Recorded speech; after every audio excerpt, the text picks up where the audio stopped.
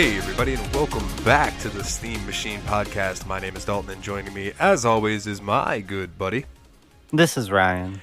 And this week, my black little heart sings a goth song because it is October, it is almost Halloween. We have been playing these scary games, and finally we are playing something right up my alley.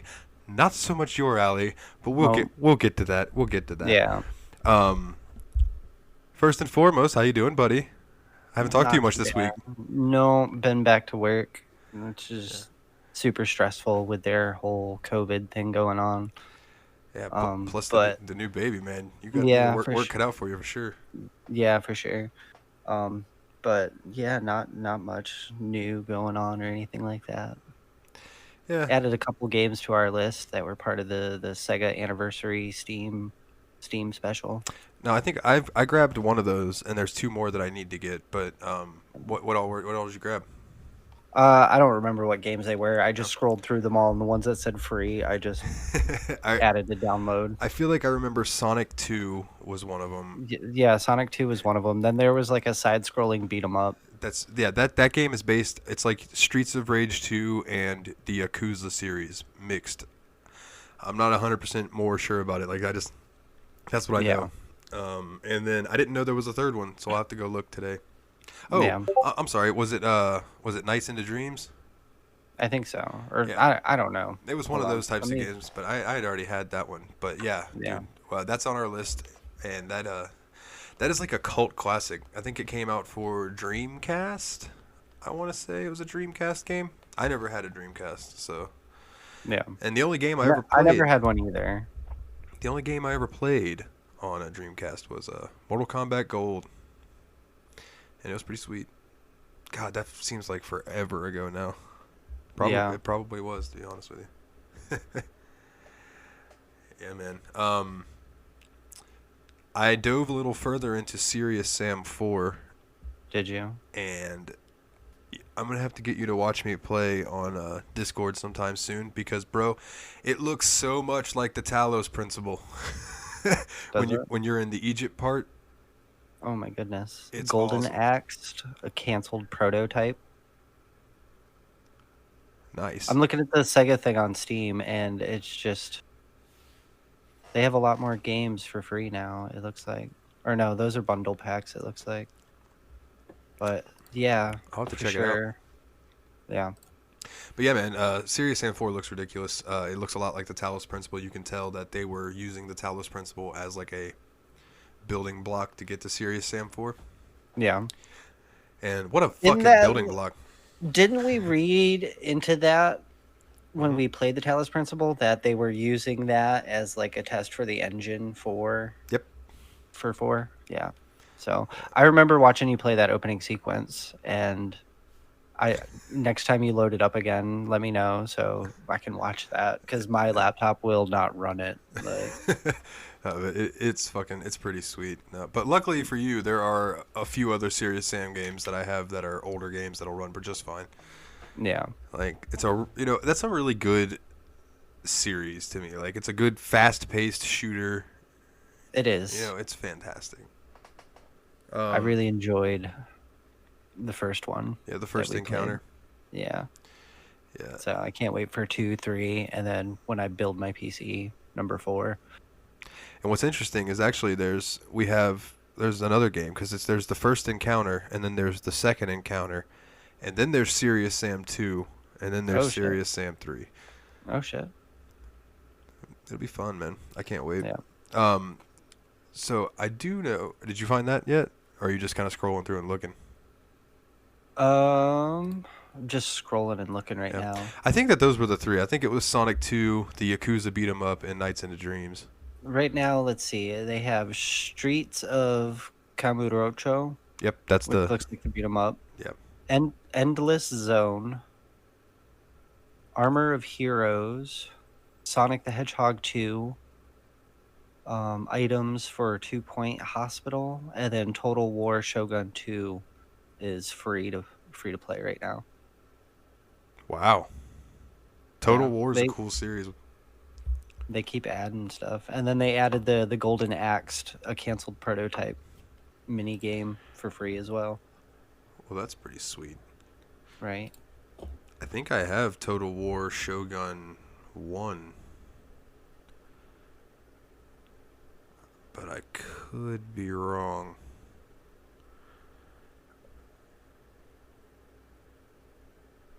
I'm looking at it now. Oh, okay, no. That Total War Shogun 2 is a DLC that they're doing for free. Is it? Gotcha. Okay.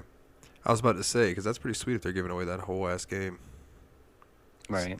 I think it's real-time strategy. It's good stuff. Shit.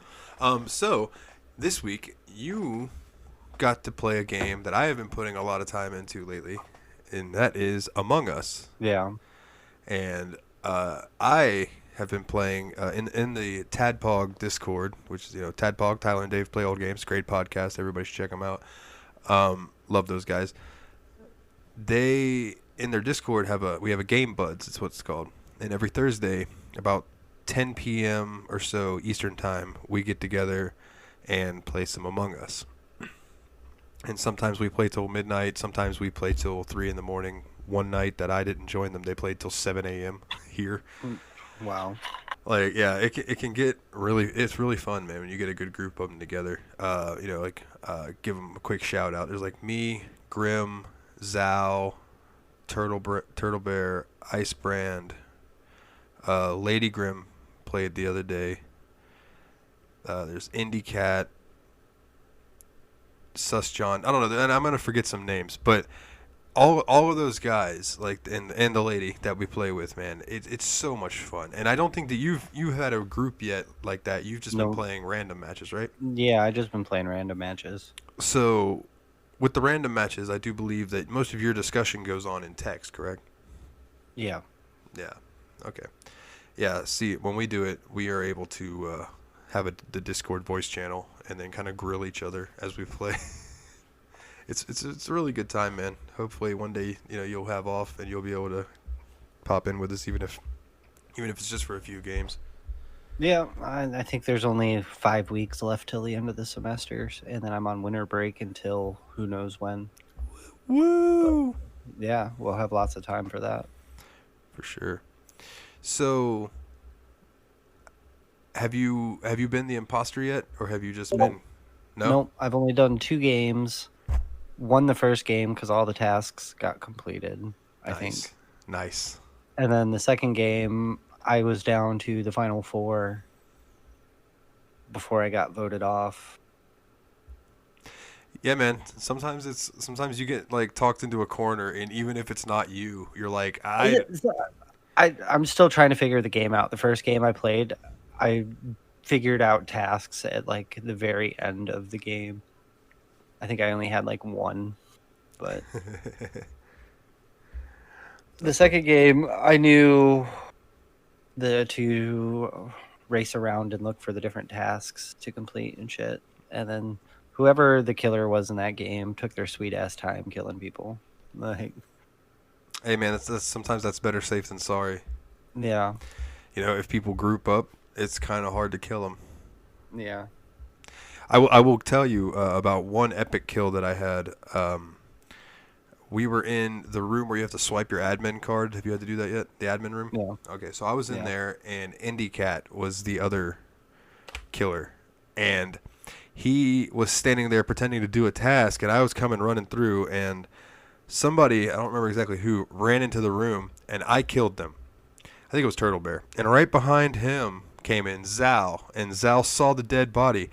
And I was like, oh no. And before I could even get that out, Indie Cat killed him. And then me and him just dipped out. And we were like, oh, that was awesome. It was like we almost got caught, but nah, you handled that great. That was awesome. That was great. But it's been deemed in our group that I apparently am a fearsome imposter. And if it's me and Zal as both imposters, then no one's going to win. No one survives. Yeah. We're just murderers. I can't wait for that. I want to see how well I do as an imposter. It's fun. It's fucking fun. Don't get caught going through vents. Yeah. That's how you get caught, is you get caught going through vents. But yeah, man, it's a blast. It's absolute blast.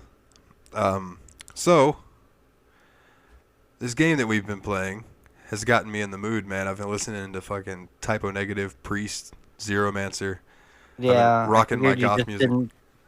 I figured you'd put on just the Queen of the Damn soundtrack. Yeah, that too. That too. I love it. Love it. And the music in it. Now, okay, so this week we were talking about Vampire the Masquerade Bloodlines.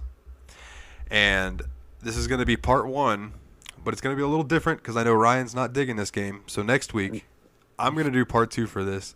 And then the second segment will be I'm going to run another little horror game or something for Ryan to check out this week. Or maybe a different genre if you wish. It's up to you, man, because I know you're not a huge fan of horror games. So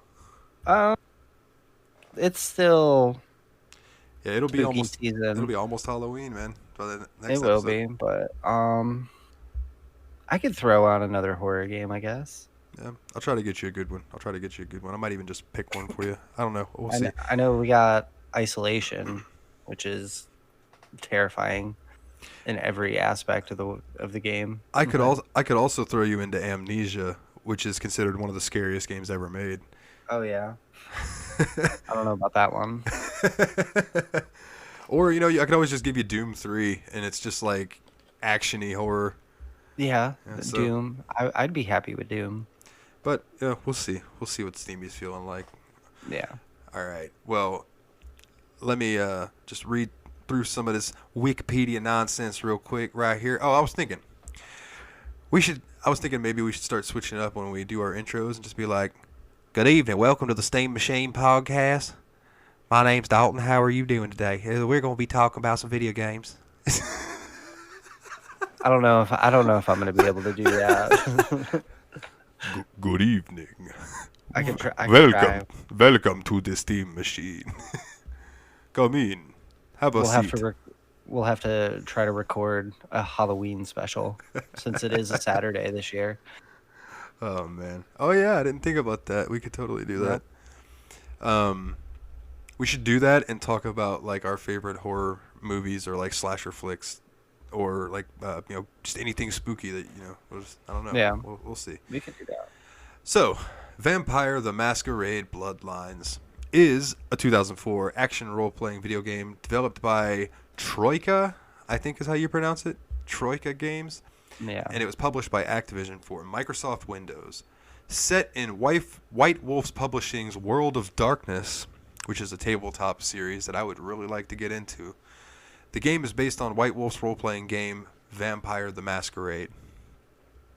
And it follows a human who is killed and revived as a fledgling vampire. And we are going to get to that. And the game depicts the fledgling's journey through 21st century or early 21st century Los Angeles to uncover the truth behind a recently discovered relic that heralds the end of all vampires. This game was cool and strange at the same time because it makes you cut from first person and third person a lot, depending on what you want to do. That was one of the things that I didn't really like about the game. It was very strange. It was like, man, why can't I just swing my axe in first person, or why can't I just shoot my gun in third person? It was very strange. Now, yeah, I do want to point out, this game is a cult classic. It wasn't like reveled by a ton of people because when this game was released, it was a broken fucking mess. It was, and then I think another thing I read about it is Activision killed the studio like shortly after this game was released. And there's a joke about that in the game. They knew it was coming, so they're like, there's a dude that if you ask him about Troika Games, he gives you like a foreshadowing of what's going to happen to them, which I thought was hilarious. They're just like, we know it's coming, so we're just going to like let people find it in a little Easter egg. killing that studio. I think they only had enough time to get one patch out, and that patch barely did anything to the fucking super buggy and super janky game. So it's basically recommended that you don't play this game without the unofficial patch. Now there are two. Yeah. There is the normal patch, which is just fixes bugs and the resolution, lets you run it at modern resolutions and stuff. And then there's the plus patch, which adds in a bunch of cut content that was cut from the game, but people have gone in and fixed it and finished the code and things like that. I'm playing with the plus patch. I do believe that you're playing with the plus patch as well. Yeah. pretty fucking interesting that people liked the game enough to fix it themselves. I mean, but then again, you think about it. That's PC gaming. Like, look at the Elder Scrolls games. Look at Fallouts. Yeah. Like, they always rely on fans to make those unofficial patches to fix the shit that they would never think of that would be broken, or they just don't give a fuck. One of the two. They just don't give a fuck. They run out of time and they run out of money. They'll know that somebody out there will do it for free, and it will make the game better. And as long as people are playing the game with that fucking thing on it, they're still selling it. They're still making their money. With as much money as they've made on Skyrim, Elder Scrolls 6 better be a polished fucking masterpiece. No, it's gonna be a fucking polished turd. It's gonna be a it's janky. It's gonna be passable at first, but it's going to be. I think so much better once people get their hands on it. It's gonna be that well known and loved Bethesda jank, as I call it. Yep. So Bloodlines was developed by a 32-member team, which I thought was interesting. That's not a lot of people. No, that's less than Batman, but that's still a ridiculously small team compared to the thousands of people they have working on Call of Duty or Fortnite. Right. And they used Valve's Source engine, which would have been games like Counter-Strike Source, Half-Life Source, that they were all made with that Source engine. And it was also being used in Half-Life 2. And that was one of the things is when this game came out, it was competing with like Half-Life 2 and several other games. Yeah. And this game sold less than 80,000 copies during its initial release. I believe it. It says divided critics at the time. Although they praised the game's writing and the scale of choice, they criticized the technical flaws. Yeah. And then the studio was shut down in early 2005. But this game has gotten enough of a following over the years that there is a sequel coming out next year. Interesting. Vampire the Masquerade Bloodlines 2. And brother, I can't wait for it. I know you can't. You know me. This was your RPG. Like, this is like the style of games you like to play. And it's vampires. So, something that the listeners might not know about me. I got introduced to the whole like goth world, metal, all of that stuff through the movie Queen of the Damned. So I have like this little spot in my heart with Queen of the Damned wedged in there that Ryan gives me shit for because he's like, the only thing good about that movie is the music. Which I won't argue, it's not the greatest acted movie in the world, but it was my first like, oh shit, these vampires are awesome. Yeah. You know what I mean? I didn't see Lost Boys and stuff like that till much later. Oh, yeah. I think my first introduction was either Dracula or the Lost Boys, and then their Interview with the Vampire was up there. Interview with the Vampire is a great movie too. Yeah. Lestat, I just like Lestat's character, like because I've read the books that series about Lestat. He is a really good character. Yeah. So the problems that I have with Queen of the Damned since reading the books are so Queen of the Damned is the third book in the series, but there's a scene in the movie where Jessie opens this journal and she's reading Lestat's journal. And it's like a 15-minute sequence, maybe 10 minutes or so, and they cram the entirety of the second book, like cliff notes of the second book, into this scene. And I'm like, I want to see Netflix pick that up as a series and start with Interview with the Vampire and do them by seasons and go through. Because there's plenty. Like, I think it could really do well if they casted right.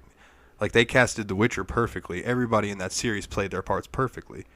Yeah. Dracula, going back to vampires, that Dracula that me and you watched, that's the Netflix series, was cast perfectly.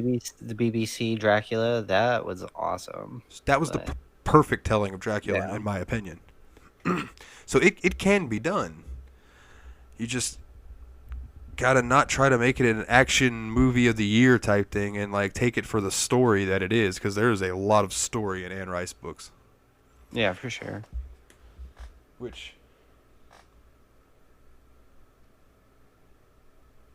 I know you got it around there somewhere. It is around here somewhere. I'm trying to remember where I put it when I was cleaning up. It might be in my stack of comics out in the living room. But Ryan got me... Oh, no. What the hell? It's right here. For the people on video, Ryan got me this, which is mirrored. Hopefully it's not in the video, but Memnock the Devil by Anne Rice. And... boom! Signature. My name's not Christine, but I will take it. I will be Christine. I am Christine. No, I could just say, like, hey... I got this signed, or Ryan got this signed. He just said, hey, will you make this out to a murderous car? She was like, yeah, sure. That is good October joke. Good October joke.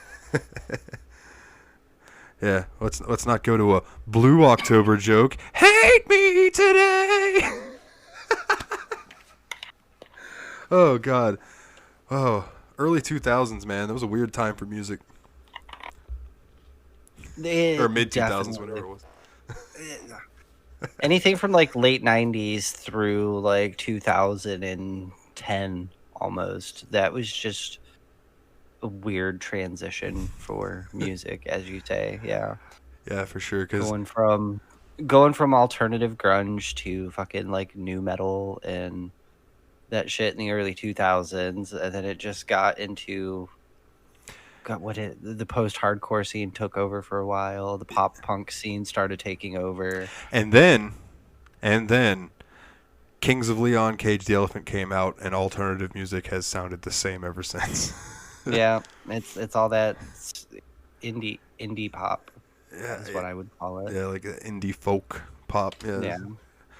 Yeah. It's not bad. I don't hate it, but it's not my favorite. You know. Yeah. So, anyways, let's talk about Vampire the Masquerade. So, as far as I've gotten, how far did you get? I am into Santa Monica. I think the mission the quest I left off on was I had to go smash up an art gallery or something like that. Okay. Yeah, that was a strange quest when I did it. So, yeah. You didn't get to see... Okay, so, cool. I'll get to tell you about some stuff today then.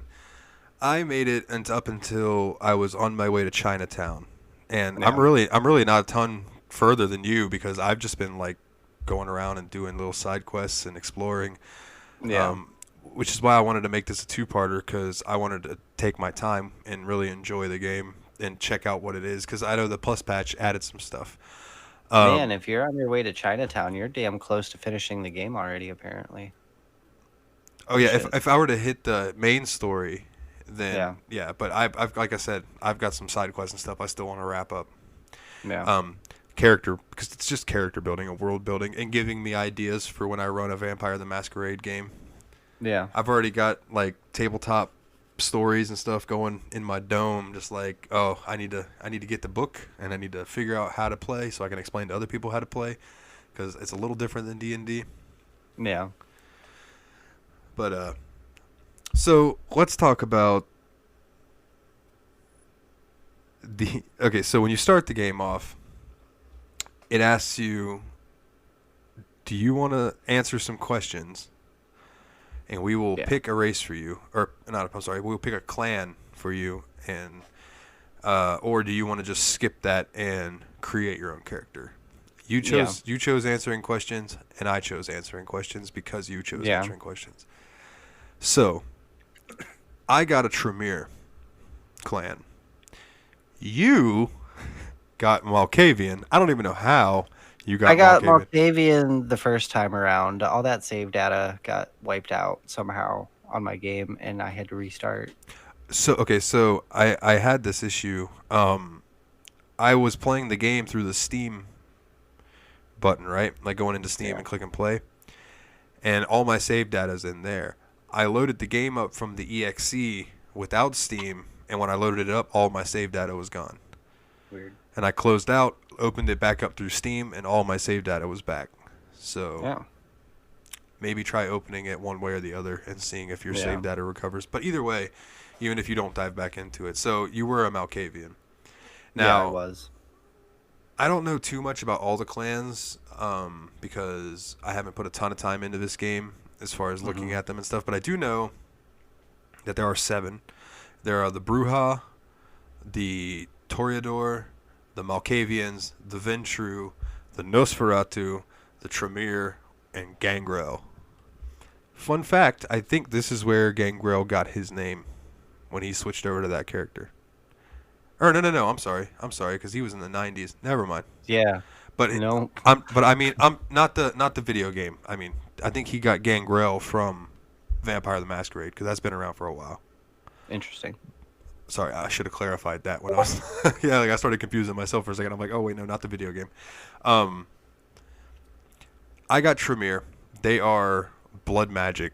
They use blood magic and stuff. It's very powerful. Malkavians are batshit fucking nuts. So the whole thing. Yes, no. The whole thing with they're Malkavians. Not like they're not batshit. Like they lose control of like what they're doing and shit like that. They just give you like drunk homeless person rambles as your dialogue text. And as the game progresses, you'll start hearing voices, and that's cool. So they can. Playing a Malkavian is recommended for the second playthrough only because they have slight sight into the future. Like they can see a bit into the future. So some of the dialogue options that you get to respond to people will be foreshadows that will spoil things. Like when you meet somebody and then you make a joke to them about something and then it turns out that that's true. It's because your dude already knows that. Yeah. I think that's pretty cool. I would love, in the tabletop game, if we ever do it, you should play a Malkavian and just randomly just spout nonsense, but then you would know more. Yeah. But you wouldn't really know how to convey it correctly. I don't know. So you start off, you create your character, there's all kinds of different stats. If you want to be sneaky, if you want to be, like in my case, if you wanted to put some into your magic points. Yeah. Your combat. I highly recommend putting a little bit into melee and a little bit into guns, and definitely lockpicking. Definitely lockpicking. Yeah. And the computers are fun to dive into as well. One thing I do like about this game is that the computers look like Apple II. With if I don't know how many computers you checked out, but like the lettering and stuff will be like purplish white, like the old ass computers were. Yeah. And you actually have to type. Like it's like you have to input commands. Yeah, you do. So it's like, do you want to go to home? You have to type home and hit enter. So I'm like, that's cool. It's like the I old hit school like computer 3 or experience. 4 different computers, I think, on my playthrough. I think you would probably would have hit your own in your apartment at the point you got your emails and stuff. Yeah. My second character creation on the game, because all my save data disappeared or whatever. Yeah. I answered the questions the same exact way, but I ended up a Toreador. Instead of the Malkavian. Interesting. Toreador is the one that I think Lestat would be. Probably. Because they are like the artsy, they really like art, like that kind of stuff. So, and the game starts off, you are in bed with a lady, probably knocking some boots. I wasn't. I was in bed with a guy. Oh, well, of course you made a woman? I play female. Oh, okay. So you're in bed with a person of the opposite sex. Then we'll put it that way, and the door busts open after some seductive noises and things that you hear, and she gets spiked in the fucking chest with a stake, and then you get staked in the heart. Yeah, it was like the cheesiest cutscene I've ever seen. They're just like, and then you see these big ass stakes just fly across the room. Oh yeah, dude. That's what I told you when we first started. I was like, you're gonna notice real quick that this game's from 2004. Like, I will say though, this game graphically looks good for a game that came out in 2004, but it's just its physics and stuff is where you can really tell, and the character motions and But they did good as far as like water reflections and things like that. It looks really great. Yeah, they did. There were some things that were definitely great, and some things that were either underfunded or rushed. Oh, absolutely. It's like that is the name of the game for this is like, underfunded and rushed. Bloodlines. Yeah. So you wake up and you're in like this auditorium and you're on your knees and the girl that you were or guy that you were just with is next to you. And in comes this little squirrely looking dude and he is He's the LaCroix. prince. Prince Yeah. LaCroix. Yeah. Put some respect on his name. He's a fucking prince. Like, he's a little squirrely dude. So I was watching this, you know, and I see like the weird characters in the crowd, and I'm looking at them trying to figure out like, okay, who's gonna be a main character, who's just there for whatever. And your partner who sired you, because you know vampires have to sire somebody before they can become a vampire themselves, gets fucking executed right next to you, just dead, head chopped off. You're next. And this guy in the crowd stands up and goes, "This is fucking bullshit." And you're like, whoa. Later on, you find out that guy's name is Nines Rodriguez. yeah. But we'll get there. So, the prince is just immediately kind of taken aback, and he's like, all right, well, then you're not going to die. You're going to prove your worth, and don't make me regret my decision. And he sends you to Santa Monica to go... And I believe you had to meet up with Mercurio. Thank you. I couldn't remember his name. Yeah, you had to meet up with Mercurio. Now, when you come out, you meet a vampire named Jack. Yeah. I love Jack. I think he's hilarious. I am like not 100% sure. I don't know if you want to look this up real quick while I'm talking, but it sounds like he's voiced by the dude who does Bender. Like when he talks, Joe DiMaggio or whatever his name is, John DiMaggio. I think Joe DiMaggio was a fucking football player. But he's just like, you know, hey kid, welcome. And you basically you talk to him and he realizes that you're a new vampire that was fucked up in there. He takes you to a back alley and he asks you, "You ever drank blood before?" Basically, and they're like, "No," and he's like, "Oh man, we're fucking popping a cherry here." He's like, "Listen, kid, blood. It's your new filet mignon. It's your new champagne. It's your new fucking heroin, kid. You're going to love it." And he tells you about this dude in the alleyway who can't find his car. And you have to go over there, and this is where it introduces you to the feeding mechanic. Which is not the most smooth mechanic in the world for a game. Like, it's cool going up and feeding on people, but if you don't hit that thing at the right time, you're going to drain them dry, which you're not supposed to do. Yeah. Unless... it's an enemy. Jack does explain that to you. He is like, you know, innocents, you don't kill them, you'll lose some of your humanity. You don't want to lose your humanity. He said, if they're trying to kill you, drain them dry. Suck every bit of fucking blood you can out of them. Which I thought was pretty funny. So you go through the little tutorial section with him. You were introduced, there's a commotion. And it is the... oh man, what it is John DiMaggio, by the way. It is? Yeah. Fucking right. I knew it.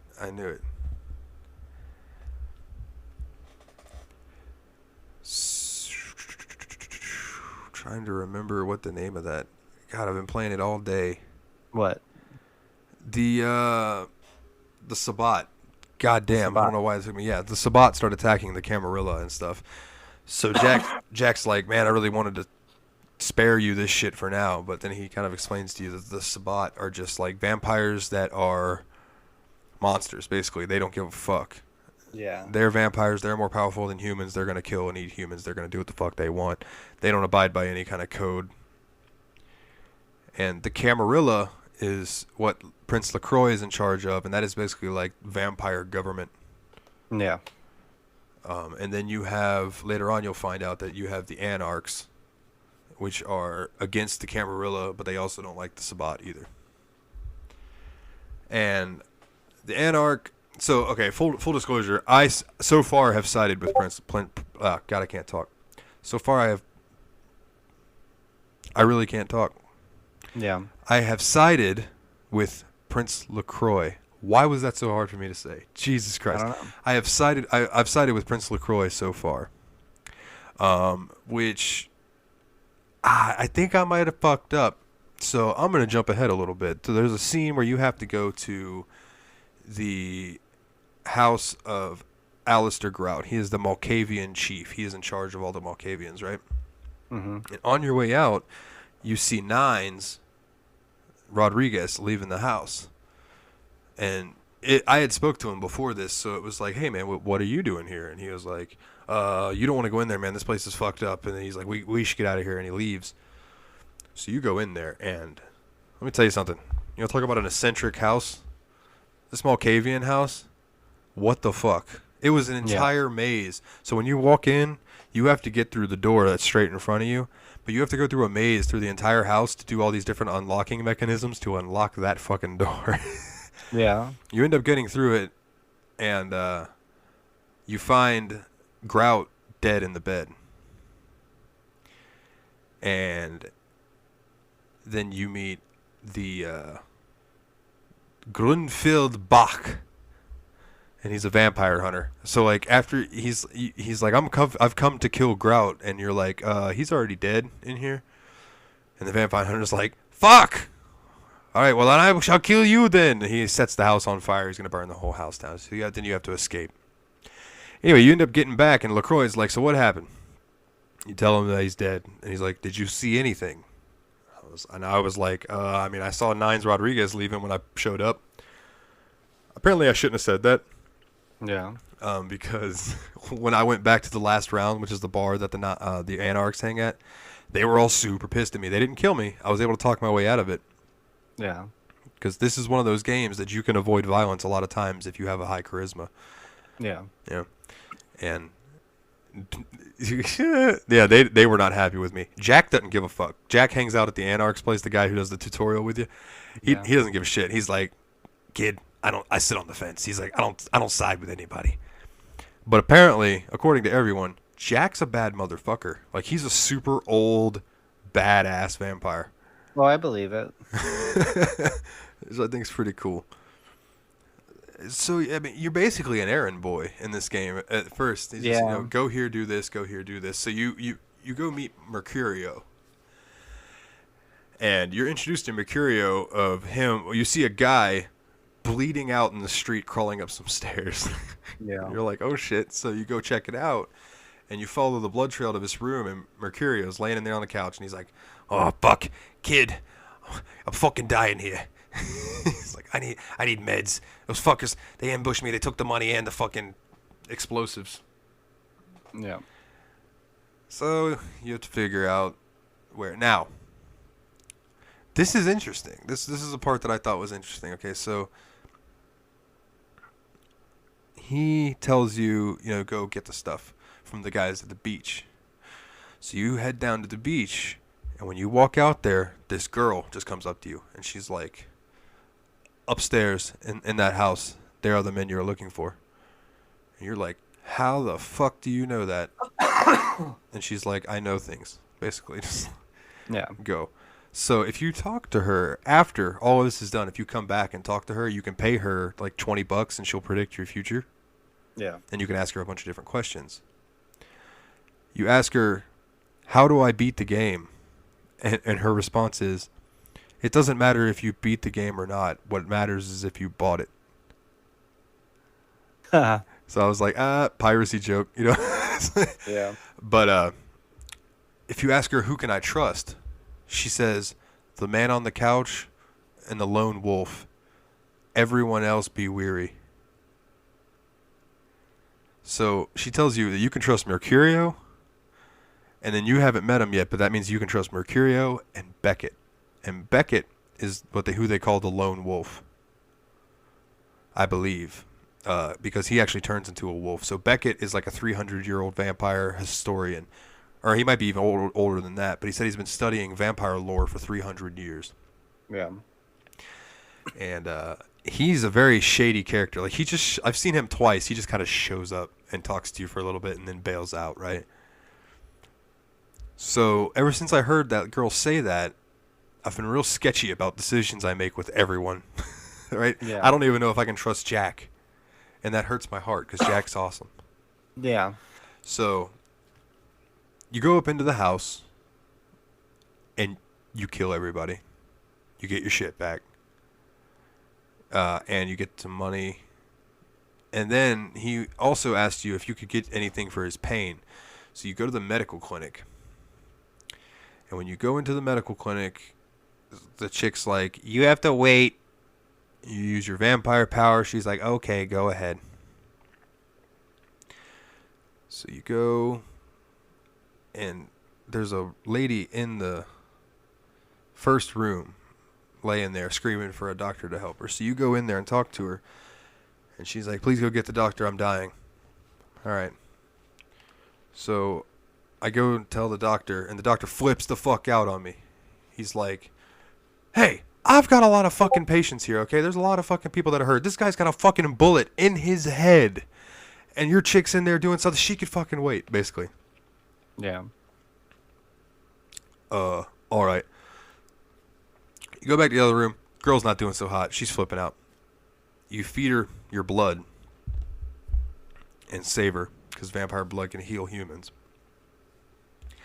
But now she later on, she becomes like your fledgling in a way. Like, she's not sired, but she's like, she will do your bidding. Anything that you need, she'll do, type thing.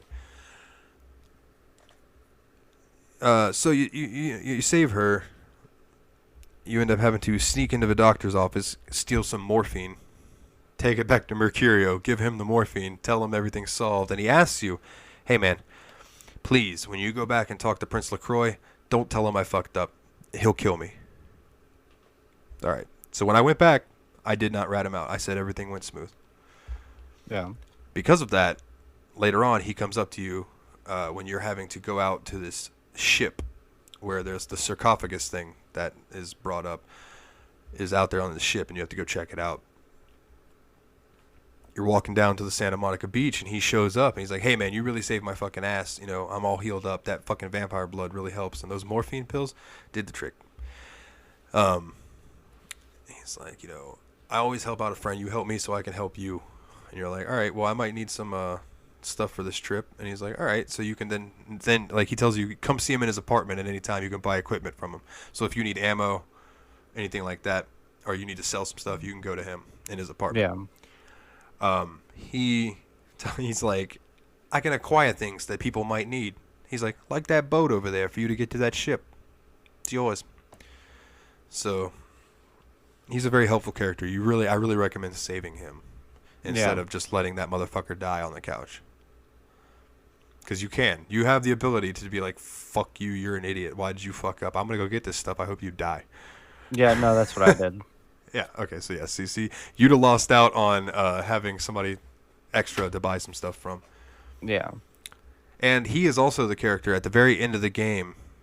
There's a dialogue option to ask him about Troika Games, and he will give you the foreshadowing to the company's failure. He's the one that does that. Also, real quick, there is an Easter egg in this game that I found absolutely hilarious. So I don't remember exactly where it is. I think it's when you meet Pisha in the abandoned hotel in downtown.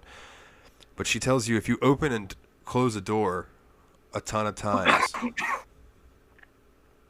or it might even be a message on one of the apartment answering machines. Anyway, you open a door, over and over and over and over and over, right? And then when you go outside, there's a dancing werewolf. Just there. It's like an Easter egg, right? So, you get to the very end of the game, and I know this because I read it, and I didn't read too much into the story, but I know at the end of the game you have a choice. To open the sarcophagus or don't open the sarcophagus. Right? Yeah. And for one, the chick who can see in the future, you ask her something and she says her answer is, don't open it. With an exclamation point. Don't open it. Yeah. So, foreshadowing. Now, if you do the dancing werewolf Easter egg, when you get the choice to open the sarcophagus or don't open it, you get a third option that says, I've already seen the dancing werewolf. I just want to see the dancing werewolf again. And the dancing werewolf will appear and start dancing, and then the game ends. And that's the ending instead. Oh my god. That's so dumb. I was like, that's so ridiculous. That's so dumb. Oh, but fantastic. I love it. I love little dumb fucking humor jokes like that in games. Yeah. It's like in one of the Castlevania games when you're standing there and these stars in the background are making, it says watch out for that bat. And by the time you're like, what bat? You get hit by the bat and it kills you. That's awesome. Yeah, dude, it's tremendous. So you are, I've just been really getting into like, I got my headphones on. I don't have a podcast going. I got the atmosphere, and the music in this game is tremendous. Yeah, the music is pretty good. So you end up having to go to Club the Asylum. Yeah. And you start you hear things like, there's two sisters that run the asylum. It's Therese and Jeanette. Jeanette is a freak, we'll say. She's a vampire, still has sex with humans. Even though that's not supposed to happen, she still does it. Yeah. And then you have Therese, who is like uptight businesswoman. But they're twin sisters, right? So you go in there, and the first one you meet is Jeanette. And I'm not going to lie, she's fine. Like, I was like, if I met that chick in real life, I'd be attracted to her. She could bite my neck. That's fine. So I'm like, yeah, I know. Shake your head. So she starts talking to you, and she's just like, oh, basically just being erotic as fuck. And you tell her that, you need to talk to her sister. She's like, oh, she's upstairs. So you go upstairs, you meet Therese. The whole thing is you need her to call off this feud with Bertram, so this Bertram guy will show himself, so you can talk to him about getting to this warehouse to blow it up, right? That's the whole thing, is that you have to take these explosives to go blow up this Sabat warehouse. So Therese asks you to go to this. First of all, she's like, okay, I'll help you. But first, I need your help for something. She's like, you can prove your worth to me. I have a property that I need investigated. And I'm like, okay. She's like, it's a older hotel, and there's ghosts in it, and I need you to go in there and get something that was sentimental to the ghosts that can be used in an exorcism. All right. Cool. Let's do it. So I headed there. Had to go through the sewers to get to the area itself. Yeah. And man, that whole thing was really well put together. It freaked me out. Yeah, it was a little creepy. Like, you have to go and get the keys from the outside storage room trailer, and one of the heavy machinery just drives into the trailer while you're into it. Yeah. So you get the key, you get out, you go into the hotel, and you start to develop this story where basically there was a wife and a husband and their two kids that went to this big hotel. It's basically The Shining in a way.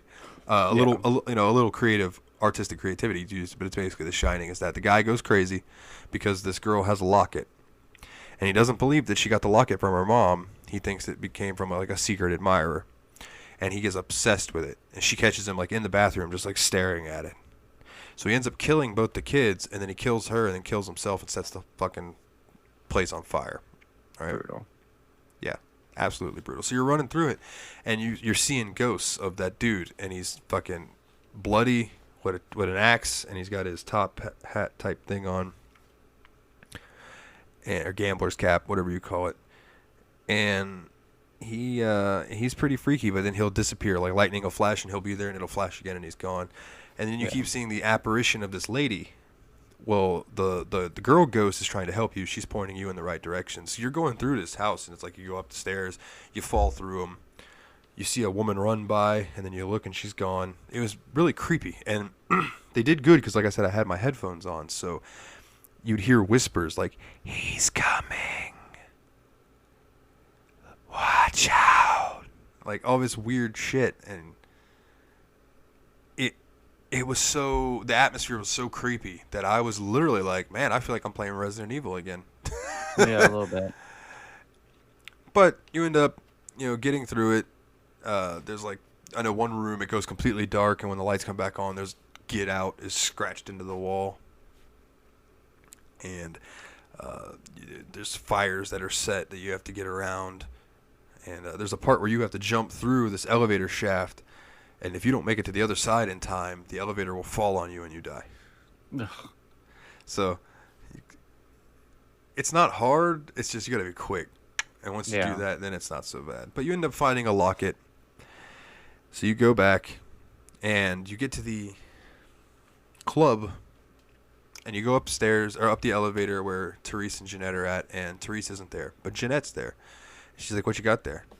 I'm like, oh, it's this locket that your sister wants. She's like, oh, man, that's really pretty. I'll give it to her if you want me to. Yeah, sure. So you give it to her, and then she sends you, she says, hey, there's a rival vampire gang in town, basically, that's doing an art gallery, and I want you to go fuck it up. And you're like, yes, anything for you, Jeanette. So that's my character was literally like, oh yeah, totally anything you want, like whatever you want, dear. So you go to the art gallery. You said this is where you had gotten up to. You go in there, you destroy it. It summons like this blood protection creature thing that you have to fight, kill it. You go back to the asylum. You go up. Therese is in there, and she is fucking livid. She starts screaming at you. How could you give that locket to her? Do you want to know what that bitch did with it? She threw it into the fucking Atlantic. She's like, she threw it out into the fucking ocean. Are you kidding me? She's like, what the fuck? Now I can't do it. Now that property's fucking worthless because I can't get rid of the ghosts. And you're trying. Your dude's dialogue is like, I'm sorry, but and then she'll just cut you off and just keep grilling you. And she says, okay. I arranged for her to meet with me at the diner across the street. I said some things in the heat of the moment that I would like to apologize for, but I'm too busy to go over there. I need you to go over there and tell her that I'm not going to kill her or anything like that. Everything will be fine. So you go into the diner, and you walk to the back booth where it tells you to, and all of a sudden everybody in the diner starts shooting at you. And you're like, what? So you're like killing people and having to go through and take out everything. I was like, what the fuck? So the phone starts ringing. You answer the phone. It's Jeanette. She's like, oh my God, you have to come back to the asylum. I'm locked in the bathroom. Therese has a gun. She's trying to kill me. And you're like, she's like, it was a setup. She sent you there to die. But since you're answering, I see that you handled it. I need you to come up here and save me though. Please hurry. Okay, so you go back across the street to the asylum. When I walked out, there were cops everywhere trying to kill me. Yeah. So I had to kill a bunch of cops, which took me a few tries, and then went back up into the asylum. What's your humanity points at, and what's your masquerade points at? So my humanity, I'm not sure. I haven't checked. I was at 2 strikes. I had 2 masquerades gone, but I have since earned those back doing other quests. Okay. But yeah, I was getting worried because like I got 2 strikes real early on, and I was like, oh fuck, if you lose all those, game over. Yeah. So you go back to the asylum. You go up the elevator, and Therese is standing there with a gun pointed at the bathroom.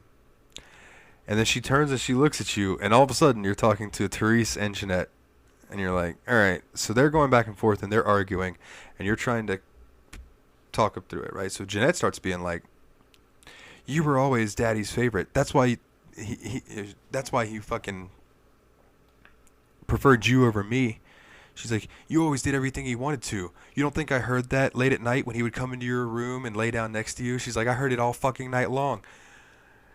And Teresa's like, don't you fucking bring that up, yada, yada, yada. And she's like, that's why you killed him, isn't it? Because you couldn't take it. Because you came home one night and he was laying in bed with me, and you couldn't fucking handle it. So you went and got a shotgun and blew his fucking brains all over the wall. And she's like, don't you fucking talk about that, you stupid bitch. He didn't love you. Shut up, take that back. Dude, it is hardcore.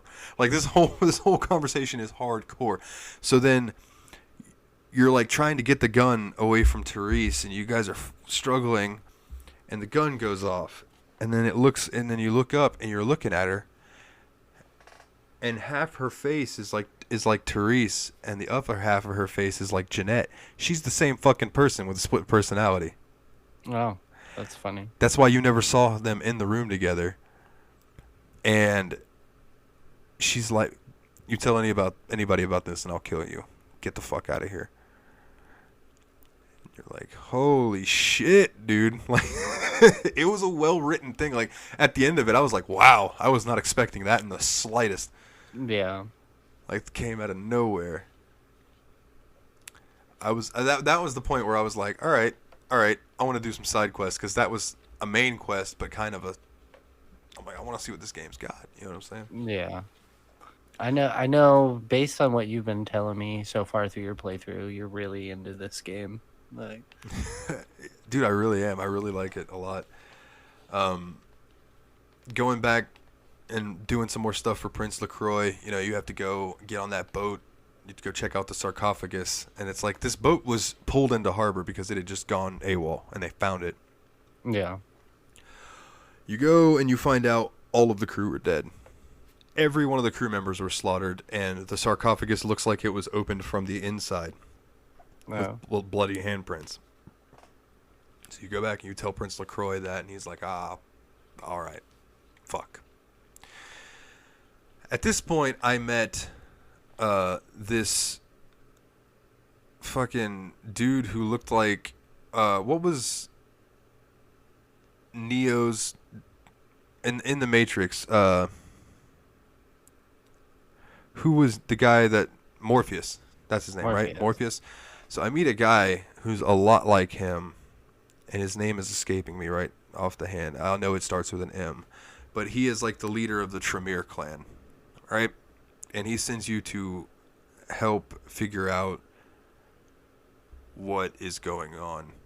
Like, with when you're in downtown, I think it is, there are like people around with hazmat suits on and stuff. And he wants you to figure out what the hell is going on with this plague. Yeah. So you go and talk to this chick in the last round. This is where I found out that I had fucked up, because when I went in there to talk to her about this quest, she's like, "You fucking sold out nines to LaCroix, you son of a bitch." And I was like, I mean, I saw him coming. I think I saw him coming out of there. He was acting very sketchy. It might have. No. I mean, I don't know if there's shapeshifters in this game, but I'm starting to wonder. But so the fucking chick's like, "Fuck you. What do you want?" And I was like, "Well, I'm trying to figure out what's going on. The Tremere guy said that y'all might be the cause of it." And she's like, "What the fuck?" She's like, "Listen, this plague thing going on." She's like, "Vampires can't get sick. But vampires can be infected. It doesn't affect them, but it'll infect them. And they feed on people. So when they bite people, those people get sick. They infect other people. Soon, there's a whole fucking problem, and vampires have nobody to feed on anymore." Yeah. You know? So she's like, "No, we need to solve this. We need to find the plague bearer and kill them." So you have to go to this apartment building and sneak up and talk to this guy, Paul, I believe is his name, who was one of the guys who was a human but would do missions for the vampires and stuff in exchange for him being able to drink some of the vampire blood. I think like their grunts, you know what I mean? Yeah. So you go to his apartment, you sneak up in there. He's dead in his apartment. He's got a message on his answering machine where you got to go up. The chick from upstairs is calling to check on him. She misses him.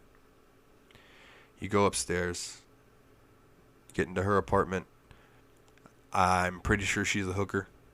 From what I gathered, she was talking about her clientele, and that she was sick. She'd gotten sick after she went to visit this one girl in this other building who was a high dollar client, and she said she's been sick ever since. And like all of her friends that have gone to visit and do things at this lady's house her friends are also sick. So I don't know what dialogue choices I picked, but like the walkthrough that I'm using said, if you don't tell her that Paul is dead, you'll gain humanity. I had one choice at the end. Paul's taking a dirt nap, and you will be too soon. Or you will be soon too. And she was like, oh my God. And then my next choice was rest in hell, bitch. And she fucking dies. And I was like, oh, all right. I guess my character's kind of a dickhead. Oh my God. So from her, you go and talk to, you kill them and you go back and talk to the girl at the bar. No. I'm sorry. Before you go to the apartments, you find out that they're in the apartments from Tin Can Bill. No. I'm sorry. I was right on the right track. So you kill the two people like that. Then you go and you kill the plague bearer up in her big high class penthouse, right? Yeah. And she's talking about being enlightened. She's like, "Let me enlighten you." And you're like, my response was, "I'd rather roll your ashes into a cigarette, bitch." And she attacks you, so you have to fight her and kill her. You go back and you tell the girl at the bar that, you know, things are done, and she's like, well, now we got to figure out what the fuck this enlightening thing is. So I remembered enlightening. So I go and pick up in her room. There's like this flyer. And you take that to, so I don't know how much you ran around downtown, but did you see, like, there was like a red looking star thing with like a skull painted in the middle of it that was like spray painted on some walls? I didn't even get to downtown yet. Oh, okay. Oh, that's right. You were just in Santa Monica. Sorry. Yeah. Okay, so there's these buildings that have this like red star looking thing with a white skull in the middle of it. And I had already been in there, and I talked to the dude, and he was like, "Are you enlightened, my brother?" And I said, yes. And he was like, "No, you're not. Come back when you're enlightened." So I remembered that. And when she was asking me about being enlightened, I was like, I bet that's where I got to go next. Sure as shit. You go there, and you end up fighting your way through these diseased fucking people who are part of this enlightened cult. And you get to the end, and there's like this really grungy fucking looking vampire dude, and he's like, "I'm the preacher, you know, I represent the main guy who's behind all of this, yada yada yada. You got to kill that motherfucker too." And then you end up finding out that the guy behind it all is down in these sewers from Tin Can Bill.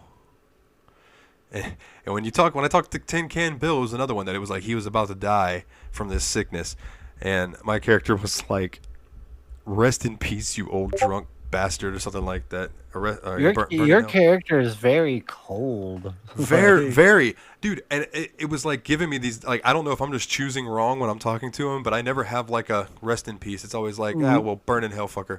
Most of my dialogue options were like of the seduction persuasion. It's just a seductive Malkavian. Yeah, pretty much. But I haven't gotten too much further than that, I believe, because after you do the ship stuff, he sends you to the museum. You have to break into a museum and go to where the sarcophagus is supposed to be. Now, sneaking through the museum was a pain in the ass, except that he asks you not to kill anybody. You can kill people, but he'll be pissed off at you. Yeah. But he asks you not to kill anybody, so I have a sleep spell as a Tremere. And I used that and was putting guards to sleep as I went through instead of killing them. And it made my life a lot easier. You make it to where the sarcophagus is, and it's not there. It's gone. Of course. Yeah, of course it is. And this is where Bacchus... shit. I don't forgot his name already. The lone wolf guy shows up. And he is like, "Oh, it's a shame. I came to study this thing, but it's gone." You're like, "Did you take it?" I'm like, "Did you take it, motherfucker? Did you?" And he's like, "No. But if it is fled into the night, then I shall as well." You know, and he just like gives you some ominous shit and then takes off. You go back and tell LaCroix that, and he is just like, "What? It's gone? God, oh, Gary, you son of a bitch. Oh, I will fucking kill you. I will rip you limb from limb, Gary." You're like, who the fuck is Gary? And he's like, Gary is I think he said he's a Nosferatu. He's like a leader of this group that they were the guys that they were gonna get the sarcophagus and take it over there so LaCroix could get it, but they've double crossed him. So now you have to go into Hollywood to go find Gary, and that's where I'm at, or going into Hollywood and Chinatown and that stuff over there. Yeah. So that's where I'm at in the game. I'm really enjoying it. The characters are great. The game has got some jank, and I have had to reload a few times because of getting stuck and just certain things. Not like the scene with Jeanette and Therese where you find out they're one person. When I first ran in there, it didn't. Yeah. It panned over to her like it was going to start the cutscene, but it never started. It just held the camera on her, so I had to reload and go and try again. Yeah. That's one of the issues I had with the game and why I'm kind of over it already. It's like you with your love of the vampire lore and all of that shit, and then being a huge RPG guy, this game was meant for you. But yeah, pretty much. I am having a really hard time getting into this, like getting into the story, getting into the characters. Like, as the tabletop version of this game, I would love to sit down and play it. Like the story for this game sounds like it would make a hell of an actual campaign instead of like a playable version of it. Yeah, like a video game version of it. I don't disagree with that. I think another thing that I didn't really like about this game was the character build, like how you had your character sheet and everything like that. And it's like, it's kind of all over the place. I would rather have that pen and paper in front of me than have this version of it on the game. They should have came up with like a new system for the video game version of it instead of relying on like the pad and paper from the tabletop game. Yeah, I don't disagree with that. Yeah, it got really confusing for me. I kind of skimmed through some dialogue at the beginning of the game and missed some stuff, but I think it's cool that each clan has like their own abilities. Like as the Malkavian early in the game, I could turn myself invisible and can cause badness in people. Like I thought that was pretty cool. Yeah, but, and each clan or whatever you want to call them, I do believe it's clan, has their own specific thing that they're good at, like their powers. Some of them are good at melee combat, some of them are better at guns. Yeah, like my clan's good at magic. Yeah, I believe that the Malkavian are, like you said, are very charismatic. They're very good at talking, even though they're crazy. Yeah. I think their plus is insight. But there was so much to this game that just drove me nuts. The camera switching from first person to third person. That took me some getting used to. It's a pain for me. I've changed my mouse sensitivity up and down, trying to find like a nice sweet spot for it. I just can't do it. It's kind of like the combat, especially the melee combat's kind of janky for me. It's just huge. Maybe because I'm not used to playing on keyboard and mouse and not used to playing older PC games. When we first started this, you were like, "Can I use my controller on this?" I'm like, "Nope," and you're like, fuck." Yeah. No, this is probably my first true like PC game that I've actually tried to play on keyboard and mouse, and it's a learning process for me. I'm getting used to it. You'll get there, man. I'm sure it'll be easier once I'm off the laptop and on a regular keyboard. Yeah, for sure. Absolutely. Your mouse, do you have a DPI button? What? Okay, so on the top of my mouse, there's a button right here. Yeah. It's called a DPI button. I don't know if you have that or not. This mouse. Oh, okay. So if you ever get a new mouse, I'd go for one with a DPI because that changes, like you can just click that and it'll change your cursor speed no matter what you're doing. You can make it super slow or quick as fuck. Just depends on how you're feeling. Yeah. Well, that wraps up part 1 for the game. So, sir, while you were explaining all of that, I bugged Steamy, ran him, did my thing, and your game for this week, while I finish up the end of this, is The Coma Recut. The Coma Recut. The Coma Recut. It should be under the Steam library. It is about 5 hours long total, and I believe it's Oh, like that's a short. 2D horror game type thing. Yeah. So I can't wait to hear if it's better than Corpse Party. Let's see. And You if I said it finish was the Coma? Is that what you said? yeah, the Coma recut. There it is. All right. I'm going to install that now then. I have heard good things about the Coma. Yeah. Watching Metal Jesus Rocks, he has a guy on there named Reggie, Radical Reggie, and he has talked about the Coma and how much he likes it. I'll play it. I'll see what it is about, because I probably can't force myself to go any further into Bloodlines. Yeah, and I'm I not figured saying that it's a terrible game. I'm not saying it's a terrible game. Like, I refuse to give it a grade because I know people like you love it, but it's just it's not my style. Like, it's not me. No, I get it, man. I get it, and it's the same. It's probably the same way I felt with Fallout 4. Kept crashing on me. It's like, man, I know this game's good, but I'm fucking done with it for now. Yeah. So I mean, I understand. So I was opening a couple different games earlier today as I was trying to play some more, but I ended up getting into Civilization 4 a little bit. I ended up getting into Planet Zoo a little bit. That's a fun I gotta game. play around with. I gotta play around with that because it's super laggy on my laptop. I wonder if I have to drop some settings. More than likely, because that game was laggy on my PC before I upgraded my graphics card. Yeah. What else did I get into? I got into SimCity 4. Nice. You're going for them simulation games. Good. Yeah, I was going for those. And then The Among Us, as I started today. But so it says on Steam, the Coma, very positive reviews. It says, you are Young Ho, a Korean high school student trapped and relentlessly pursued by a psychotic killer in the hellish corridors of Seoba High. Run, hide, and explore and survive while piecing together the mystery. The Coma in this remastered version of Korean cult classic. So it's like the Korean version of Corpse Party. Yeah, but instead of, I think it's a side scroller instead of a like a top down type thing.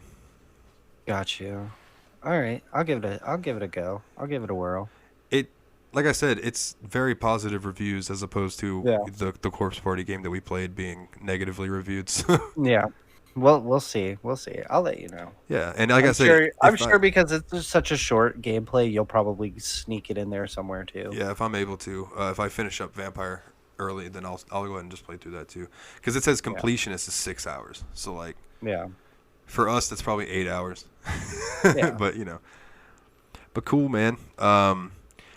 Well, I think that just leaves us with, if you would like to find us on social media, you can go to facebook.com/The Steam Machine Podcast, or you can find us on Twitter @Steam_podcast. Now, on Facebook, pinned at the top of the page, is a post. And that post is asking you what your favorite horror game memory is, or what your favorite Halloween memory is, whatever, scary, spooky memories. Leave us your favorite, and you will be entered into the contest to win a key for Lust of Darkness, and Ryan is going to throw in a key for Rise of Triad. Yep, Rise of the Triad. That is our giveaway for this month. Now, our next giveaway. Right now, we are sitting at 4 5-star ratings on iTunes. If we can get that number to 10, we'll give away another game. So, go on to iTunes, leave us a 5-star review, because that helps us out a fuckload, and we really appreciate it. Keep listening, keep downloading, guys. We love you. Thank you for supporting the show. We've had a boost in listeners lately. We've been having steadier, more listens. So all you people that are new, we welcome. We appreciate you. Sorry for all the language, but not really. Yeah. And let's see what else.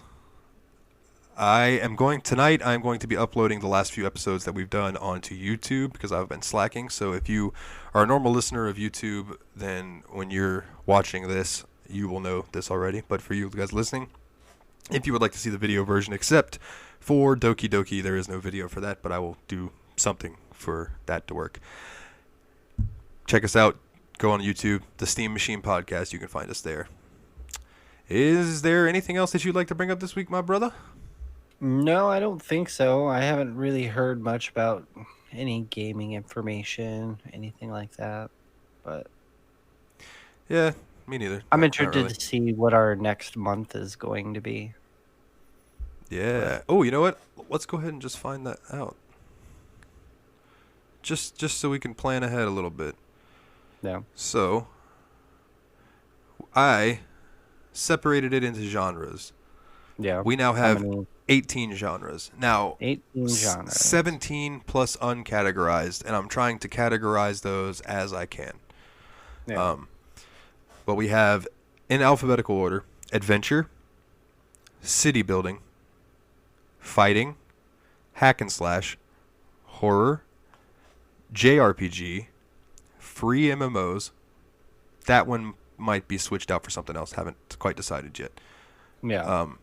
Platformer, point and click, racing, RPG, real-time strategy, shooters, simulation, sports, survival, and visual novel. I have a feeling you're going to hate every visual novel game we ever play. But, Probably. But I like them, so it'll be interesting. And the free, like I said, free MMOs, I might leave that on there just because, but like I don't know how you're going to feel about playing those. But I tried to separate it into where we would have a good chunk for each list, each genre. Yeah. But there are going to be genres that get knocked off because I think like visual novel has like I think I have 5 games in that one. City builder's like 10. So like eventually some of these are going to get knocked off the list. Yeah. But for right now, we have 18. Let me bug Steamy.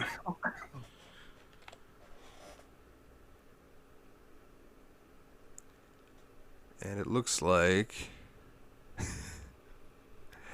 is going to be Visual novels. platformer. Oh, platformer. So we'll figure that out next week. Yeah. We'll try to I'll try to remember that. Might have to bust out the Super Nintendo Classic and get used to some of that platform style. Yes, sir. Yes, sir. I think. Let me look and see real quick how many games are in the platformer list. See what we got to choose from. 42. The answer is always 42. It's actually 100. Oh, goddamn. So we there's a bit of a stretch there. Yeah. Now I will full disclosure. Some games cross over lists because I tried my best to keep them from crossing over, but some are just both those genres. So I was like, fuck it. I'm just gonna put them in both, and then once we get it, I'll take them out of both. Yeah. But there's looking through, man. There's some really good games in this platformer list, man. It should be fun. Okay. But all right, man. We'll probably announce that on our Halloween special. Yeah. What our first game will be. So we'll figure it out, man. Well, yeah. That's all for this week. Then thank you for listening to the Steam Machine Podcast. He's Ryan. I'm Dalton. And as always, guys, take it easy.